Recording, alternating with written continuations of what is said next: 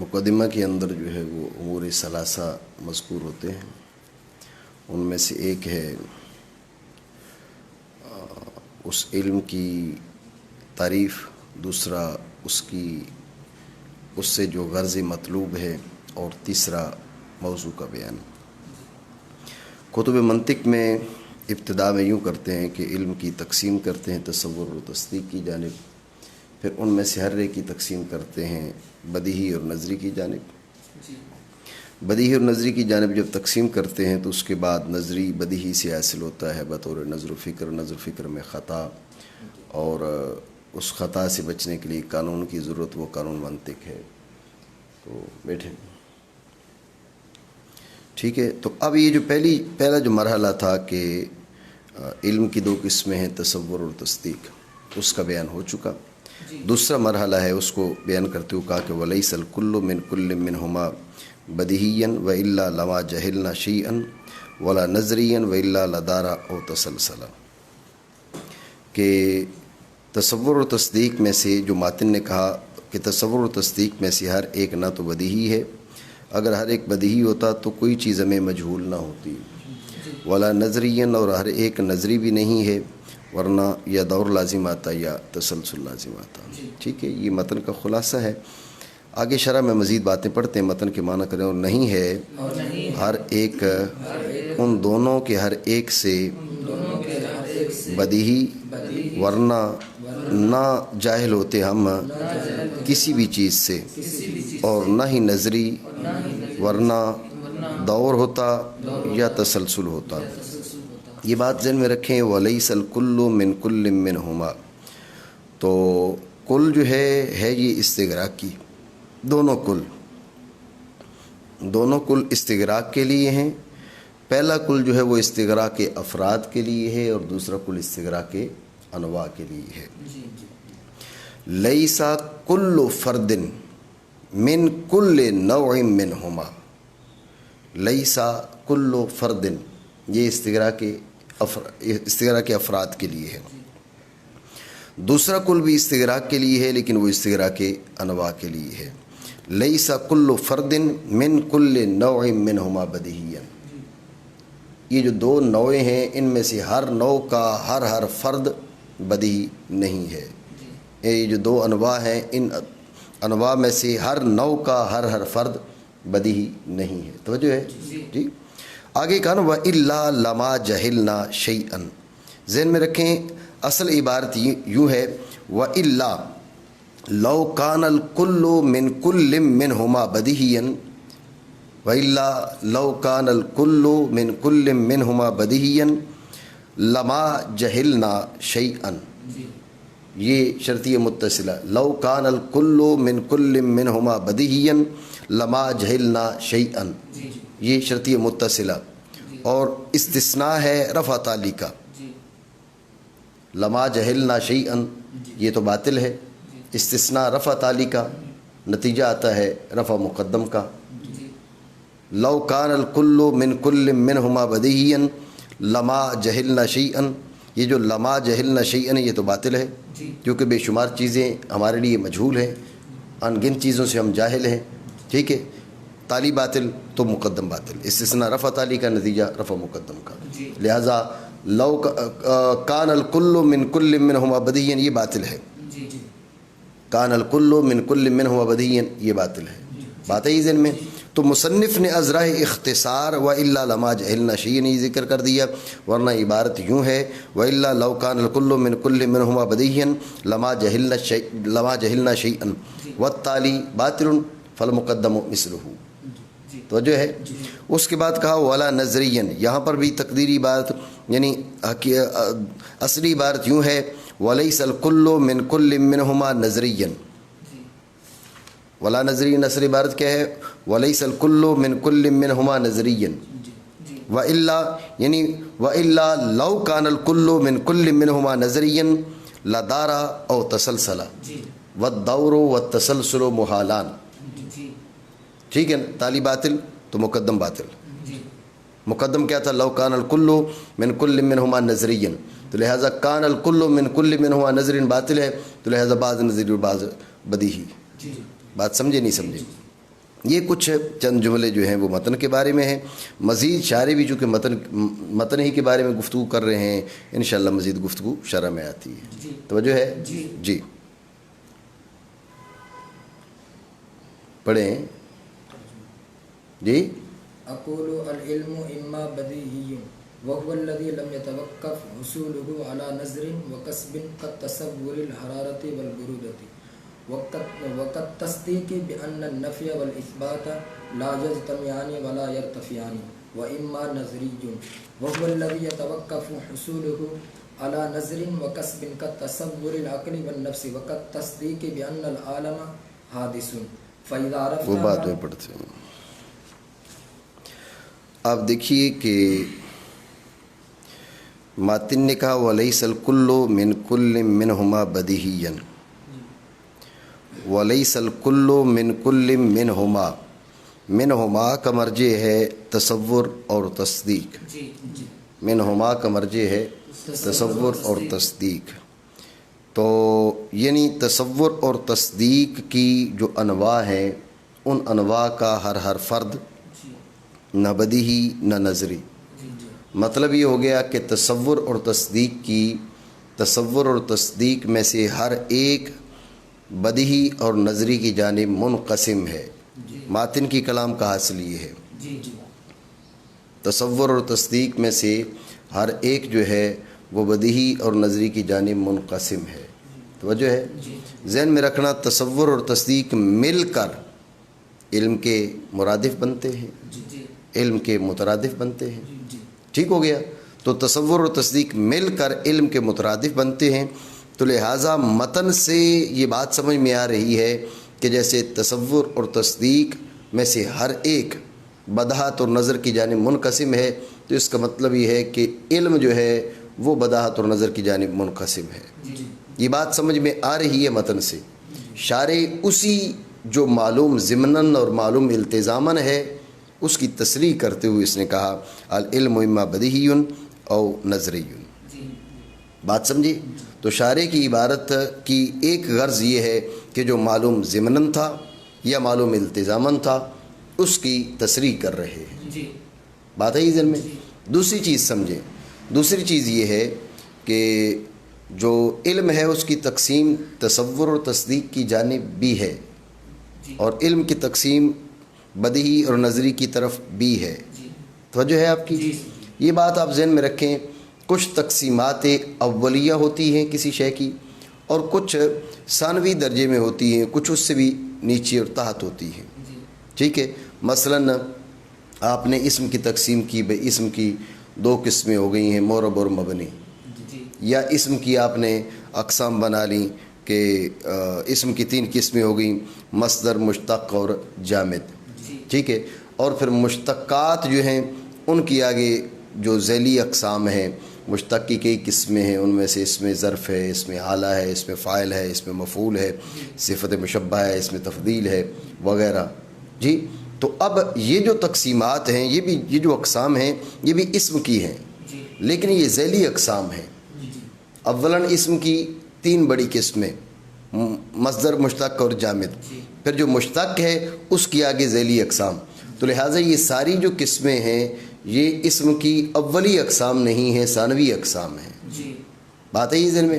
جب یہ بات آپ کے ذہن میں آ گئی تو علم کی تقسیم ہے تصور اور تصدیق کی طرف، اور علم کی تقسیم ہے بداہت اور نظر کی طرف، بدیہی اور نظری کی طرف.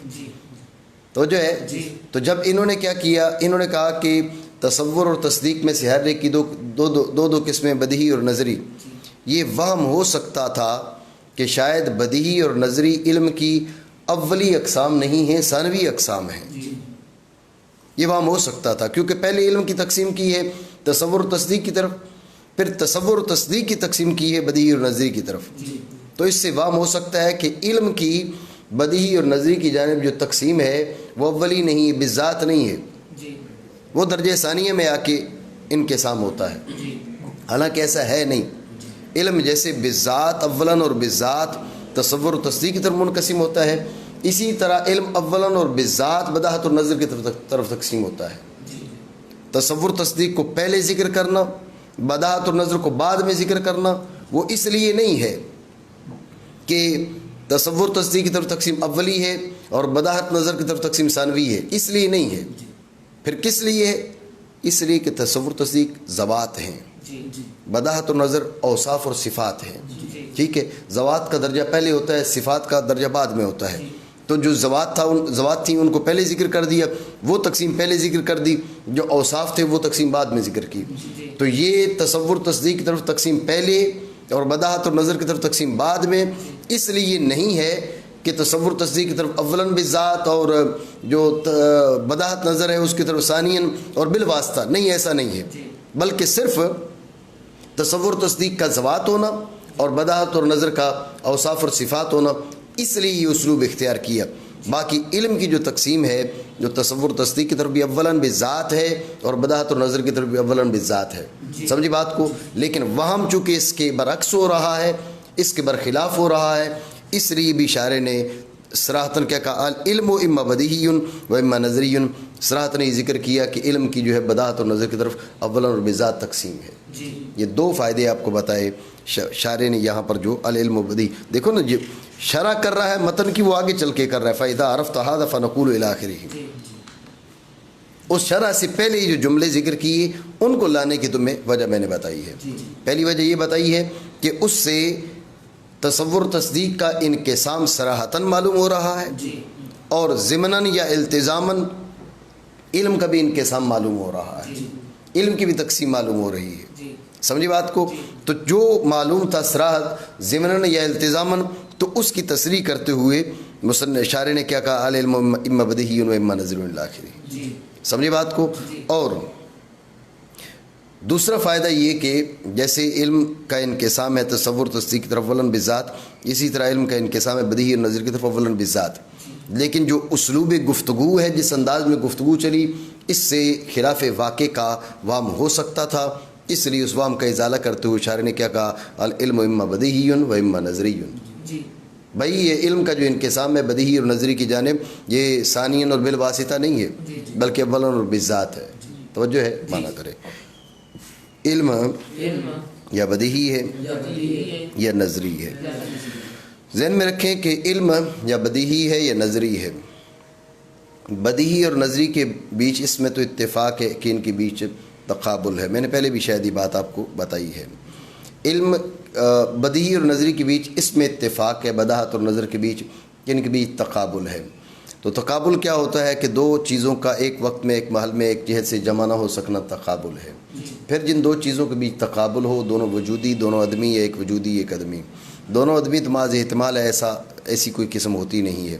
تو لہٰذا دو قسمیں رہ گئیں، دونوں وجودی، ایک وجودی اور دوسری عدمی۔ دونوں وجودی ہوں تو اس میں یہ دیکھا جاتا ہے کہ جو ہر ایک کا تعقل و تحقق دوسرے پر موقوف ہے، موقوف نہیں ہے۔ اگر موقوف ہو تو ذہن میں رکھیں کہ یہ تقابل تضایف ہے، اگر موقوف نہ ہو تو تقابل تضاد ہے۔ ایک وجودی اور دوسرا عدمی، تو عدمی وجودی کا محل بننے کی صلاحیت رکھتا ہے، صلاحیت نہیں رکھتا۔ عدمی وجودی کا محل بننے کی صلاحیت رکھے تو تقابل عدم والملکہ، اور عدمی وجودی کا محل بننے کی صلاحیت نہ رکھے تو تقابل ایجاب و سلب۔ یہ تقابل کی چار قسمیں ہوگی، تقابل تضایف، تضاد، عدم والملکہ اور ایجاب و سلب۔ تو بداہت اور نظر کے بیچ تقابل تو ہے، یہاں تک اتفاق ہے، لیکن اختلاف اس میں ہے کہ تقابل تضاد ہے یا تقابل عدم والملکہ ہے، تقابل تضاد ہے یا تقابل عدم والملکہ ہے۔ یہ دو رائے ہیں، سمجھ رہے بات کو۔ بعض نے کہا کہ تقابل عدم والملکہ ہے، بعض نے کہا تقابل تضاد ہے۔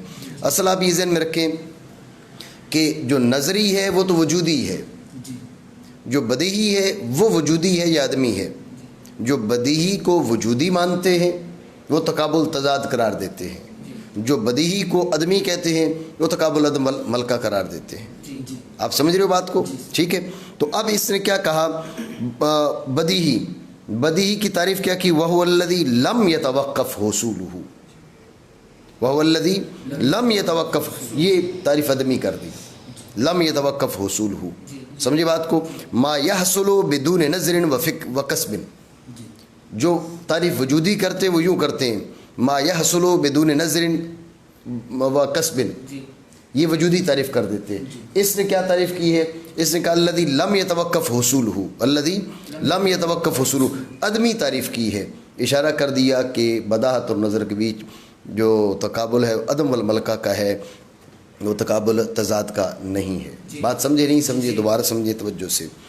میں نے آپ کو بتایا کہ بداہت اور نظر کے بیچ جو تقابل ہے اس کے بارے میں، بداہت اور نظر کے بیچ تقابل تو ہے، یہاں تک تو اتفاق ہے، لیکن تقابل کون سا ہے اس میں اختلاف ہے۔ تو تقابل کی 4 قسمیں آپ کو میں نے بتائی ہیں کہ تقابل کیا ہوتا ہے، 2 چیزوں کا ایک وقت میں ایک محل میں ایک جیسے جمع نہ ہو سکنا، یہ تقابل ہے، ٹھیک ہے۔ پھر جن 2 چیزوں کے بیچ تقابل ہے، دونوں وجودی دونوں عدمی، ایک وجودی ایک عدمی، دونوں عدمی یہ تو محض احتمال ہے، دونوں وجودی تو ہر ایک کا تعقل و تحقق دوسرے پر موقوف ہوگا یا نہیں، موقوف ہو تو تضائف، موقوف نہ ہو تو تضاد۔ ایک وجودی دوسرا عدمی تو عدمی وجودی کا محل بننے کی صلاحیت رکھتا ہے یا نہیں رکھتا، اگر رکھے تو تقابل عدم والملکہ، اگر نہ رکھے تو تقابل ایجاب و سلب۔ اس میں اتفاق ہے کہ ان کے بیچ تقابل ہے، لیکن اختلاف ہے کہ تقابل کون سا ہے، تقابل عدم والملکہ ہے، تقابل تضاد ہے، 2 رائے ہیں، بعض نے کہا تضاد ہے، بعض نے کہا عدم والملکہ ہے۔ تو شارح نے کیا کیا؟ شارح نے بدیہی کی تعریف کی۔ اصل آپ ذہن میں رکھیں، نظری تو وجودی ہے، بدیہی وجودی ہے، بدیہی عدمی ہے، اس میں اختلاف ہے۔ تو شارح نے کیا کہا؟ بدیہی کی تعریف کرتے ہوئے کہا وَهُوَ الَّذِي لَمْ يَتَوَقَّفْ حُصُولُهُ وَهُوَ الَّذِي لَمْ يَتَوَقَّفْ حُصُولُهُ عَلَى نَظْرٍ وَكَسْبٍ، جس کا حصول نظر و کسب پر موقوف نہ ہو، عدمی تعریف کی ہے۔ عدمی تعریف جو ہے یہ مشرک، ان کے بیچ تقابل عدم والملکہ ہے، نہ کہ تقابل تضاد۔ بات آئی ذہن میں؟ اس بات کی طرف اشارہ کرتے ہوئے یہ جملے لے کر آیا ہے، اور اس کے ساتھ جو ہے وہ بدیہی اور نظری کی تعریفات بھی ہو گئی ہیں۔ بات سمجھے نہیں سمجھے؟ اور یوں بھی آپ کہہ سکتے ہیں، توجہ رکھیں، کہ یہ تو ایک فائدہ ہو گیا تعریف کا۔ دوسرا فائدہ آپ سمجھے کہ اصل میں بدیہی 2 ہیں، ایک بدیہی مقابل نظری کے اور ایک بدیہی جو ضروری کی قسم ہے، ٹھیک ہے نا؟ بدیہی 2 ہیں، ایک بدیہی جو ضروری کی قسم ہے اور ایک بدیہی جو نظری کے مقابل ہے۔ آپ سمجھ رہے بات کو؟ تو بدیہی 2 طرح کے ہیں، بدیہی کا استعمال 2 معنی میں ہے، ایک نظری کے مقابل اور ایک ضروری کی قسم۔ جب اس نے کہا نا اما بدیہیٌ، تو اب اس بدیہی سے مراد ضروری کی قسم ہو، ضروری کی قسم ہو تو ذہن میں رکھنا اب تقسیم حاصر نہیں ہے، اب تقسیم حاصر نہیں ہے۔ ایک تو ہو گیا نظری، ایک ہو گیا ضروری کی قسم بدیہی۔ تو ضروری کی ایک قسم بدیہی ہے اور بھی اقسام ہیں، وہ مذکور نہیں ہے۔ اب سمجھ رہے ہو بات کو؟ تو ضروری کی بدیہی کے علاوہ جو باقی اقسام ہیں وہ مذکور نہیں ہے، تقسیم حاصر نہیں ہے۔ اعتراض سمجھے؟ تو اس اعتراض کا جواب دیتے ہوئے اس نے بدیہی کی تعریف کر دی، وَهُوَ الَّذِي لَمْ يَتَوَقَّفْ حُصُولُهُ عَلَى نَظْرٍ وَكَسْبٍ، کہ بھئی یہ بدیہی وہ نہیں ہے جو ضروری کی قسم ہے، یہ بدیہی بالمعنی العام ہے جو نظری کے مقابل ہے، یعنی جو ضروری کے مترادف ہے، جو ضروری کے مترادف ہے، جو ضروری کے مترادف ہے۔ اب یہاں ضروری کہتے یا بدیہی کہتے ایک ہی چیز ہے، تو اب ایک طرف بدیہی ہے ایک طرف نظری ہے، تو یہ بدیہی بمعنی ضروری ہے، ضروری اور نظری اب تقسیم حاصر ہے۔ وہ جو بدیہی ہے جو ضروری کی قسم ہے وہ یہاں مراد نہیں ہے۔ بات سمجھے نہیں؟ ٹھیک ہو گیا؟ معنی کریں۔ اور وہ ہے کہ نہ موقوف ہو اس کا حصول نظر و کسب پر۔ اب آپ یہ بات ذہن میں رکھیں کہ شارح نے کیا کیا؟ شارح نے یہ تو کیا ہے کہ تقسیم کی ہے علم کی، تقسیم کی ہے علم کی اولاً کس کی جانب؟ بدیہی اور نظری کی جانب۔ لیکن آگے مثالیں آپ دیکھیں کیسی دے رہا ہے۔ مثال کا تصور الحرارت والبرودت وکالتصدیق بأن النفی والاثبات لا یجتمعان ولا یرتفعان۔ مثالیں تصور اور تصدیق دونوں کی دے کر ابتدائی امر میں یہ بات بتا رہا ہے کہ تقسیم علم کی ہوتی ہے بداہت اور نظر کی جانب، علم منقسم ہے بدیہی اور نظری کی جانب، لیکن علم جو منقسم ہے اس کی وہ جو 2 ہم نے قسمیں بیان کی تھیں ان دونوں میں سے ہر ایک قسم منقسم ہے۔ مثالیں 2 دے کر دیکھیں نا، بدیہی کی بھی 2 مثالیں دی ہیں، تصور تصدیق کی، اور نظری کی بھی آگے 2 مثالیں دی ہیں، کا تصور العقل والنفس وکالتصدیق بأن العالم حادث۔ سمجھ رہے بات کو؟ کہ 2 مثالیں دے کر اس بات پر تنبیہ کر دی کہ علم کی 2 قسمیں بدیہی اور نظری، اور علم کی جو 2 قسمیں بدیہی اور نظری ہیں، تو علم کی وہ جو 2 قسمیں پہلے ہم نے بیان کی تھی تصور و تصدیق، ان کی بھی دو دو قسمیں ہیں. جی اس پہ بھی اس نے تنبیہ کر دی, دو دو مثالیں دے کر تنبیہ کی ہے. جی سمجھ رہے ہو بات نہیں؟ تو آپ کہہ سکتے ہیں دو دو مثالیں دے کر اس پہ تنبیہ کی کیا حاجت تھی؟ جی سوال خارجی طور پر جی اس تنبیہ کی کیا حاجت تھی؟ تو سمجھے اس تنبیہ کی حاجت یہ تھی کہ اصل مقصد ہے تصور اور تصدیق کا انقسام. اصل مقصود یہ ہے, جی سمجھ رہے ہو نا؟ کیونکہ جو منطق کی دو قسمیں ہیں, تصورات اور تصدیقات, ان دونوں اقسام کی طرف جو محتاجی ہے وہ جبھی ثابت ہوگی کہ تصور بھی بعض بدیہی بعض نظری اور تصدیق بھی بعض بدیہی بعض نظری. اگر علم بعض بدیہی بعض نظری ہو, تصورات سارے بدیہی ہوں, تصدیقات ساری نظری ہوں, تو اب منطق کی دونوں قسمیں جو ہیں ان کی جانب احتیاج ثابت نہیں ہوگی. جی اور ہم نے دونوں قسموں کی جانب احتیاج کی بات کرنی ہے. اس لیے تصور بعض بدیہی بعض نظری ہونا ضروری ہے اور تصدیق کا بعض بدیہی بعض نظری ہونا ضروری ہے, کیونکہ یہ لازمی ہے, منطق کے مقاصد سے ہے, ورنہ مقصد منطق کی دونوں اقسام کی جانب محتاجی ثابت نہیں ہوتی. اس لیے یہ مثالوں کے ضمن میں اس پہ تنبیہ بھی کر رہا ہے. جی نہیں سمجھو بات؟ ٹھیک ہو گیا؟ مانا کرے گا جیسے گرمی کا اور سردی کا تصور, اور جیسے تصدیق اس بات کی کہ نفی اور اثبات نہ دونوں جمع ہو سکتے ہیں نہ دونوں اٹھ سکتے ہیں. ضمنی طور پہ یہ خارجی طور پہ سوال سمجھ لیں, یہ کہا جاتا ہے کہ حرارت اور برودت کا جو تصور ہے, تو سوال یہ ہے کہ یہ حرارت جزیہ کا تصور یا حرارت کلیہ کا تصور؟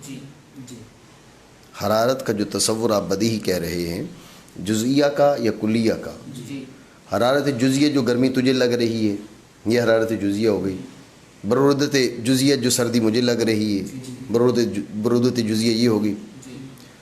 اگر تصور بولو اگر حرارت جزیہ کا برودت جزیہ کا, تو ذہن میں رکھنا اس کا ادراک ہے حس سے, مناطق کا فلاسفہ کے نزدیک اس کا ادراک حس سے ہے, اور ما یدرک بالحس جو ہے وہ علم نہیں ہے ان کے نزدیک.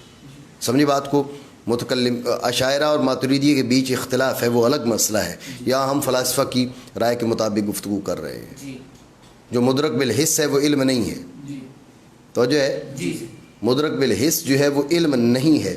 جب مدرک بالحس علم نہیں ہے تو پھر یہ علم کی تقسیم ہو رہی ہے نا. بات سمجھے نہیں؟ تو یہ تو تصور کی قسم ہی نہیں بنتی ہے, اور چیز بن جاتی ہے. اعتراض نہیں سمجھے؟ اور اگر آپ کہیں کہ برودت اور حرارت سے مراد کیا ہے, جو برودت کلیہ حرارت کلیہ, تو ذہن میں رکھیں وہ اس کا تصور بدیہی ہونا ممنوع ہے. اس کا تصور بدیہی ہونا ممنوع ہے. دوبارہ سمجھیں اعتراض کی تقریر کہ حرارت اور برودت سے کیا مراد ہے, جزیہ یا کلیہ. اگر کہیں جزیہ تو ان کا حصول بدیہی تو ہے, لیکن ان کا ادراک بالحس ہے, اور مدرک بالحس کے وہ ادراک بالحس وہ علم نہیں ہے. جب وہ علم نہیں ہے تو اب یہ تصور و تصدیق کی, یعنی علم جو منقسم ہے تصور و تصدیق کی جانب, اس کی آگے مثال یہ حرارت جزیہ کا ادراک اور برودت جزیہ کے ادراک کی مثال بنتی نہیں, مثال مسئلہ کے موافق نہیں. بات سمجھے؟ اور اگر آپ حرارت اور برودت سے مراد کلیہ لیتے ہیں تو اب وہ مدرک بالعقل تو ہے, علم تو ہے, لیکن وہ بدیہی نہیں ہے. اعتراض سمجھے؟ یہ اعتراض ہے. تو اس کا جواب یہ دیا جاتا ہے کہ ایک جواب یہ ہے کہ ہم مراد اس سے حرارت جزیہ اور برودت جزیہ ہے. یہ اس کا ادراک بدیہی تو ہے, لیکن یہاں پر حصول کیا ہے, کا تصور حصول الحرارت کا تصور حصول البرودت. سمجھے بات کو؟ کا تصور حصول الحرارت, یہ کہ یہ مدرک بالعقل ہے, یہ علم ہے. کا تصور حصول الحرارت حصول البرودت, حصول حرارت الجزئیت حصول البرودت الجزئیت. سمجھے بات کو؟ یہ اس کو ہم حصول کیا مقدر مانیں گے تو ابھی مدرک بالعقل ہے, لہذا علم کی قسم بن سکتا ہے. ذہن میں رکھنا یہاں پر ہم نے حرارت اور برودت سے کیا مراد لیا, جزیہ مراد لیا, لیکن یہاں پر حصول مقدر مانا. توجہ ہے؟ یہ پہلا جواب. دوسرا جواب یہ کہ یہاں پر مراد کیا ہے, مراد حرارت اور برودت سے کلیہ ہے. تم کہو گے کہ ہمیں اس کا ہمیں اس کا جو اس کی بداحت مسلم نہیں ہے، جی ہمیں اس کی بداحت مسلم نہیں ہے. ہم کہتے ہیں جو جزیہ ہے وہ بدیہی ہے، بدیہی نہیں ہے. بدیہی ہے. حرارت جزیہ کا ادراک بدیہی ہے، نہیں ہے. بدیہی ہے. اور برودت جزیہ بدیہی ہے. جی تو یہ جو جزی ہے نا اس کے ضمن میں کلی بھی موجود ہے. جی جی سمجھ رہے بات کو؟ جب جزی بدیہی ہے تو اس کے ضمن میں جو کلی ہے وہ بھی بدیہی ہے. جی آپ سمجھے؟ اس جزی کا ادراک بدیہی ہے تو کلی کا ادراک بھی بدیہی ہے. اور کلی کا ادراک آپ نے مانا کہ یہ مدرک بالعقل ہے، یہ تصور کی قسم بن سکتا ہے. حاصل گفتگو یہ ہے کہ آپ اگر حرارت اور برودت سے مراد جزیہ لیتے ہیں تو اب حصول کو یہاں پر مقدر مان لے کا تصور حصول الحرارت کا تصور حصول البرودت. اور اگر آپ اس سے ارادہ کرتے ہیں کس کا؟ حرارت کلیہ کا، برودت کلیہ کا، تو اس پر منع کہ بھئی ہمیں تسلیم نہیں ہے کہ یہ جو نا بدیہی ہے. تو اس کا جواب یہ ہے کہ یہ جب جزی بدیہی ہے تو اس کے ضمن میں کلی ہے وہ بھی بدیہی ہے. جی بات سمجھے نہیں؟ جی آپ نے کہا کہ بھئی جزی جو ہے وہ کلی اس کے ضمن میں ہے. جی عموماً تو یہ ہوتا ہے کہ جزی کلی کے ضمن میں ہوتی ہے. ایسا نہیں ہے، ایسا نہیں ہوتا. تو اس کے بعد کہا کا تصدیق بین النفی والاثبات لا یجتمعان ولا یرتفعان. تصدیق اس بات کی کہ نفی اور اس بات کے نہ دونوں جمع ہوتے ہیں نہ دونوں اٹھتے ہیں. اس پر بھی اعتراض ہے. اعتراض یہ ہے کہ آپ دیکھیں کہ جو ہے نفی اور اس بات نہ جمع ہوتے ہیں نہ اٹھتے ہیں. اٹھ تو سکتے ہیں. جی آپ دیکھیں نا کہ شک کی صورت میں نہ آپ کو ایجاب کا اعتقاد ہے نہ سلب کا اعتقاد ہے. جی زید کھڑا ہے، زید کھڑا نہیں ہے، دونوں اعتقاد اٹھ گئے. جی نہیں سمجھو بات کو؟ جی. تو اب کیا ہے، یہاں پر ایجاب بھی نہیں ہے سلب بھی نہیں ہے. شک کی صورت میں، وہم کی صورت میں آپ شک کو لے لیں. شک کی صورت میں نہ ایجاب ہے نہ سلب ہے، دونوں اٹھ گئے نہیں اٹھ گئے؟ اٹھ گئے نا. زید کھڑا ہے یہ بھی اٹھ گیا، زید کھڑا نہیں ہے یہ بھی اٹھ گیا. بات سمجھے؟ لا یجتمعان والی بات صحیح ہے، لا یرتفعان والی بات صحیح نہیں ہے. جی دونوں مرتفع ہو سکتے ہیں. اعتراض نہیں سمجھے؟ جی یہ اعتراض تو اس کا جواب یہ ہے کہ ایک ہے اس چیز کا ادراک ہونا نسبت واقعۃ او لیست بواقعۃ، اور اذعان جی وہ الگ چیز ہے. اور ایک ہے ثبوت نفس امری. نفس امر میں زید کھڑا ہے، نفس امر میں زید کھڑا نہیں ہے. جی یہاں پر جو ہم کہہ رہے ہیں نا نفی والاثبات، یعنی نفی نفس امری اور ثبوت نفس امری یہ نہ دونوں جمع ہو سکتے نہ اٹھ سکتے ہیں. جی جی بات سمجھے نہیں؟ ایک ہے ہمارا ادراک و اذعان، وہ الگ چیز ہے. جو شک ہے اس کی صورت میں دونوں اٹھ گئے. جی زید کھڑا ہے یہ بھی اٹھ گیا، زید کھڑا نہیں ہے یہ بھی اٹھ گیا. جی بات ہے ہی ذہن میں. اس کا ادراک و اذعان مرتفع ہو گیا، لیکن نفس امر میں یا وہ کھڑا ہے یا وہ نہیں کھڑا. یہ نہیں ہو سکتا کھڑا ہو یہ والی چیز صورت بھی نہ ہو، کھڑا نہیں ہے یہ والی صورت بھی نہ ہو. بات سمجھے نہیں سمجھے؟ بات ہے ہی ذہن میں. مانا کریں. اور تصدیق اس بات کی کہ نفی اور اس بات نہ جمع ہوتے ہیں نہ اٹھتے ہیں. ٹھیک ہو گیا. یا نظری، اور وہ ہے کہ موقوف ہو اس کا حصول نظر و کسب پر، جیسے عقل اور نفس کا تصور، اور جیسے تصدیق اس بات کی کہ عالم حادث ہے. اتنی بات آپ سمجھے؟ ٹھیک ہے. یہ آگے پھر پڑھتے ہیں.